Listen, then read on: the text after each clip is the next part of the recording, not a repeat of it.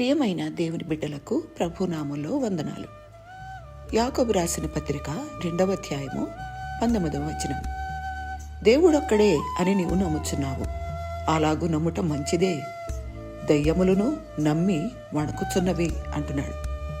ఆదికాండము 15:6లో అతడు యెహోవాను నమ్మెను, ఆయన అది అతనికి నీతిగా ఎంచెను అంటున్నాడు.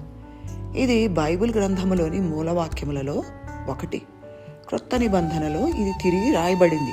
రోమీలకు రాసిన పత్రిక 4:3లో, గలతీ 3:6లో, యాకోబు రాసిన పత్రిక 2:23లో తిరిగి రాయబడింది. దేవుడు అబ్రహాము భక్తిని బట్టి గాని, చూపిన విధేయతను బట్టి గాని కాక, అతడి విశ్వాసాన్ని నమ్మకాన్ని బట్టే అతనిని నిర్దోషిగా ఎంచాడు. నమ్మాడు, అంత మాత్రమే కాదు, విశ్వసించాడు. విశ్వాసం అనేది ఎంతో ముఖ్యము. మన జీవితములలో యేసు ప్రభు దేవుడని నమ్మిన వారిని చూస్తాం, కానీ వారు విశ్వసించరు.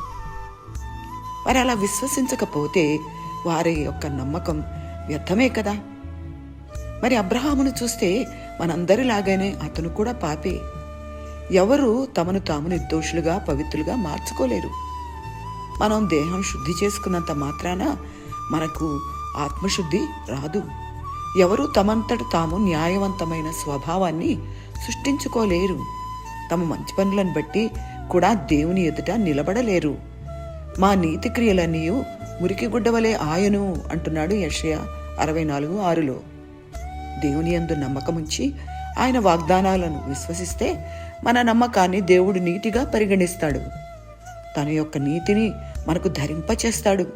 యెషయా 61:10లో నీతి అను పైబట్ట నాకు ధరింపచేసి ఉన్నాడు అంటున్నాడు.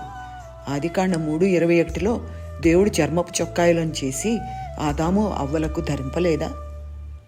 దేవుడు మనల్ని కూడా అబ్రహాము వలె నీతిమంతులుగా చేయగలడు, మనం ఆయనను నమ్మితే. అలాగు నమ్ముటకు దేవుడు మనకు సహాయం చేయనుగాక. ఆమేన్. దేవునికి వందనాలు.